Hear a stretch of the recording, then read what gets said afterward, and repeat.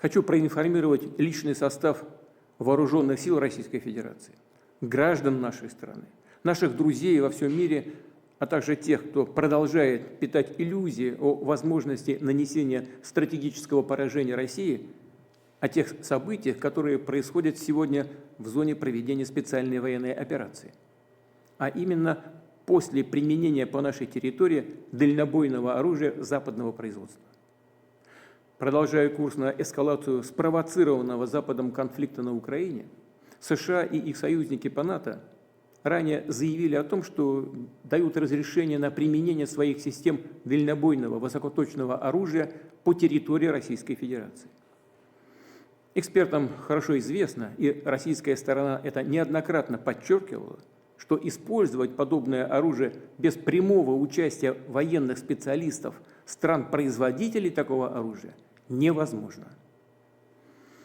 19 ноября 6 оперативно-тактическими ракетами «Атакамс» производства США и 21 ноября в ходе комбинированной ракетной атаки системами «Шторм Шэдоу» производства Великобритании и «Химарс» производства США были нанесены удары по военным объектам на территории Российской Федерации в Брянской и Курской областях.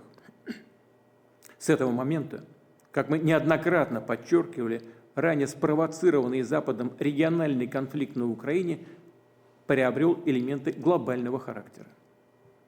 Наши системы противовоздушной обороны отражали эти атаки. В результате цели, которые очевидно были поставлены перед собой противником, не достигнуты. Возникшее на складе боеприпасов в Брянской области возгорание от падения обломков ракет «Атакамс» ликвидировано. Жертв и серьезных разрушений нет. В Курской области нападение было совершено на один из командных пунктов нашей группировки «Север». В результате атаки и противовоздушного боя есть, к сожалению, пострадавшие, погибшие и раненые из числа личного состава подразделений внешней охраны объекта и обслуживающего персонала. Командный и оперативный состав пункта управления не пострадал и осуществляет в штатном режиме руководство действиями наших войск по уничтожению и выдворению частей противника из Курской области. Еще раз хочу особо подчеркнуть, что применение противником подобного оружия не в состоянии повлиять на ход боевых действий в зоне специальной военной операции. Наши войска успешно наступают по всей линии боевого соприкосновения. Все задачи, которые мы перед собой ставим, будут решены. В ответ на применение американского и британского дальнобойного оружия 21 ноября текущего года российские вооруженные силы нанесли комбинированный удар по одному из объектов оборонно-промышленного комплекса Украины. В боевых условиях было проведено в том числе и испытание одной из новейших российских ракетных систем средней дальности. В данном случае с баллистической ракетой в безъядерном гиперзвуковом оснащении. Наши ракетчики назвали ее «Орешник». Испытания прошли успешно. Цель пуска достигнута. На территории Украины в городе Днепропетровске поражен один из крупнейших и известных еще со времен Советского Союза промышленных комплексов, который и сегодня производит ракетную технику, другое вооружение. Разработка ракет средней и меньшей дальности осуществляется нами в качестве ответной меры на планы США по производству и развертыванию ракет средней и меньшей дальности в Европе и Азиатско-Тихоокеанском регионе. Полагаем, что США совершили ошибку, разрушив в одностороннем порядке в 2019 году под надуманным предлогом договор о ликвидации ракет средней и меньшей дальности. Сегодня США не только производят такую технику, но, как мы видим, они в ходе мероприятий по подготовке своих войск отработали вопросы переброски в разные регионы мира, в том числе в Европу, своих перспективных ракетных систем. Более того, в ходе учений они проводят тренировки по их применению.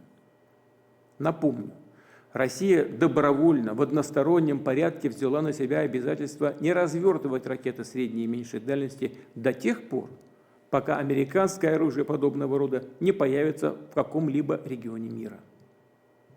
Повторю, испытания в боевых условиях ракетной системы «Орешник» проводятся нами в ответ на агрессивные действия стран НАТО в отношении России. Вопрос о дальнейшем развертывании ракет средней и меньшей дальности будет решаться нами в зависимости от действий США и их сателлитов. Объекты для поражения в ходе дальнейших испытаний наших новейших ракетных комплексов будут определяться нами, исходя из угроз безопасности Российской Федерации. Мы считаем себя вправе применять наше оружие против военных объектов тех стран, которые позволяют применять свое оружие против наших объектов. А в случае эскалации агрессивных действий будем отвечать также решительно и зеркально. Об этом рекомендую серьезно задуматься и правящим элитам тех стран, которые вынашивают планы использовать против России свои воинские контингенты. Разумеется, выбирая в случае необходимости и в качестве ответных мер объекты для поражения такими системами, как «Орешник», на территории Украины, мы будем заранее предлагать мирным жителям, а также просить находящихся там граждан дружественных государств покинуть опасные зоны.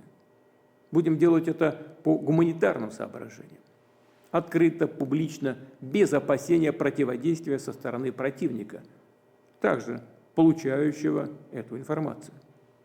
Почему без опасения? Потому что средств противодействия такому оружию на сегодняшний день не существует. Ракеты атакуют цели со скоростью 10 махов. Это 2,5-3 км в секунду. Современные, имеющиеся в мире системы противовоздушной обороны и создаваемые американцами системы противоракетной обороны в Европе подобные ракеты не перехватывают.